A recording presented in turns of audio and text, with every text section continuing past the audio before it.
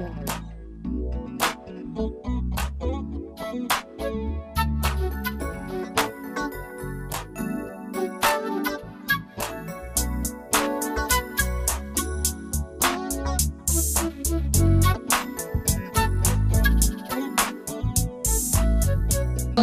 in to the Loretta McNary Show. I'm so excited that you are here, and I know in just a few moments you're going to be so happy that you're here too. And this is my annual show that I do as part of the Pulmonary Hypertension Awareness Month that's coming up in November. And I could not do the show without one of my very favorite guests of all time, Miss Barbara Thompson. Welcome her to the show. Thank you, thank you. Glad to be here.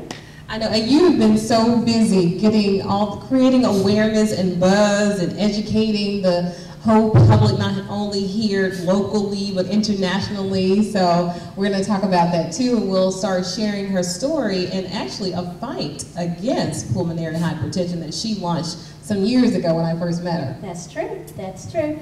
I just want to make sure that no other family has to go through what my dear family did for almost 2 years while I was bedridden, and my husband took me to 14 different doctors before somebody ordered an echocardiogram. That's all it took. And thankfully, the technician that was doing the echo saw that I had an enlarged pulmonary artery. And the rest, as they say, is history. Okay, but there's a lot of stuff that happened and a lot of sad things that happened. She's making it, lightly, but they suffered. It was very traumatic sometimes, and we'll share some of that story too. But I want you to go to Facebook, first of all, and I encourage you to go to the Pulmonary Hypertension Facebook page. Correct. And you can get a lot of information there, because one thing that I've learned personally over the years, is this is a very underdiagnosed disease. Absolutely, absolutely. Even the CDC says that it's an underdiagnosed or a misdiagnosed disease. A lot of people have been diagnosed with asthma or COPD, and they're wondering why their treatments aren't working. Well, if their treatments aren't working, maybe their doctor needs to check out pulmonary hypertension, because it very well could be something more than COPD. Although COPD is important, as well as asthma is not a good illness to have either. But if it's pulmonary hypertension, there's no sense in dying from PH, because there's now 9 FDA-approved treatments that can prolong your life and help you have a quality of life. And she's heard it all. Like I said, I'm going to get her to share some of her story about, she told you 14 doctors, but there's a lot of stuff that happened from doctor to doctor to doctor. And we're placing no blame. We're just saying it was underdiagnosed, and now she has had a diagnosis that has really saved her life. Absolutely, absolutely. I'm coming up on my 10th anniversary, which will be 12/12/12 this year. When I was first diagnosed, they gave me 6 to 9 months to live. They told Chuck and myself, although I don't remember it, I don't remember the 2 years that I was bedridden, because if your brain is not getting oxygen, you don't remember things.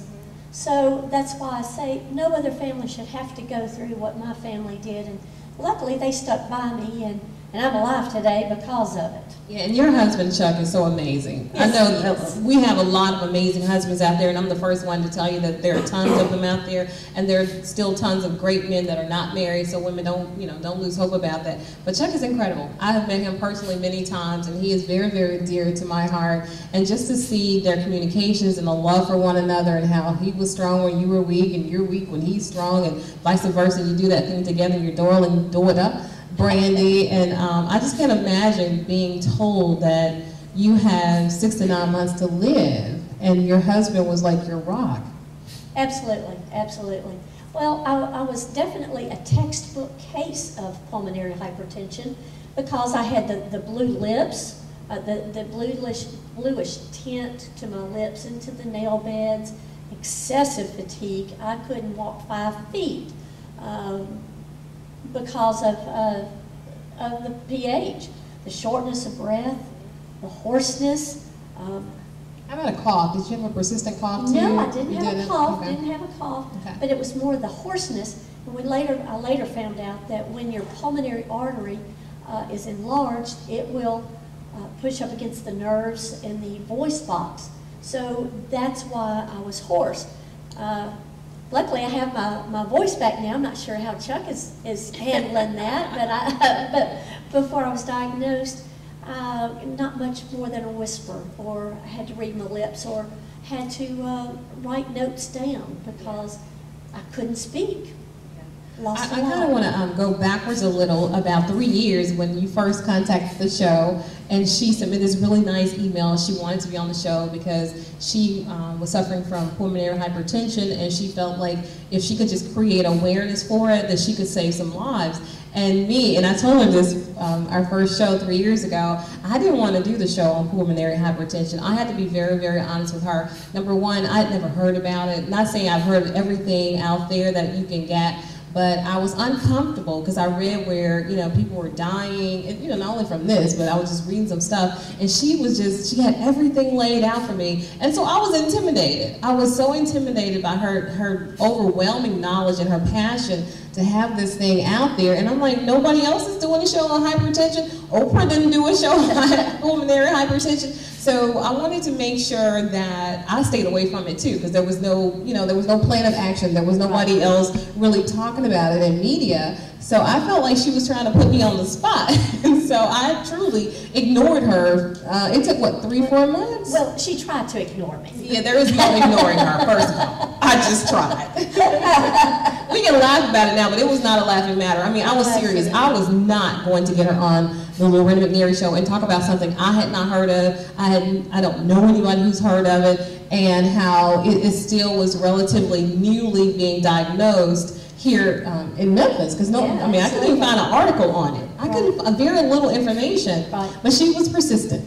Yes, I was, and still am today. Very persistent, I think. Very much so. Almost to the point where it was annoying, but so I said, okay, if this lady is this passionate about this, and I just felt like in my spirit, it was time to grow up some more as a talk show host and do those things that nobody else was talking about, and so we scheduled our first show. And that's why you're going to be syndicated. I just love her. She caught me off guard on that. This is not you. But so that's how we got here 3 years later, and about 6 or 7 shows later, we'll talk about some things that has happened not only for my show but for the awareness, and her chapter has grown a whole lot too. Substantially, and how she has really been a huge part of my show being seen overseas. So we'll take a break and we'll tell you more about that when we return.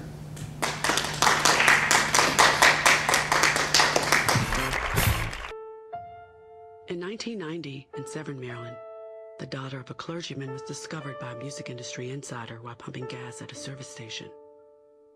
The odds of her getting signed and spending 11 weeks at #1 on the U.S. singles charts? 1 in 19 million. The odds of this former church choir singer going on to sell 40 million records? 1 in 15 million. The odds of the same woman winning 6 Grammy Awards and starring in 2 Broadway plays? 1 in 75 million. The odds of this musician and performer having a child diagnosed with autism? 1 in 150. I'm Toni Braxton, and I encourage you to learn the signs of autism at autismspeaks.org.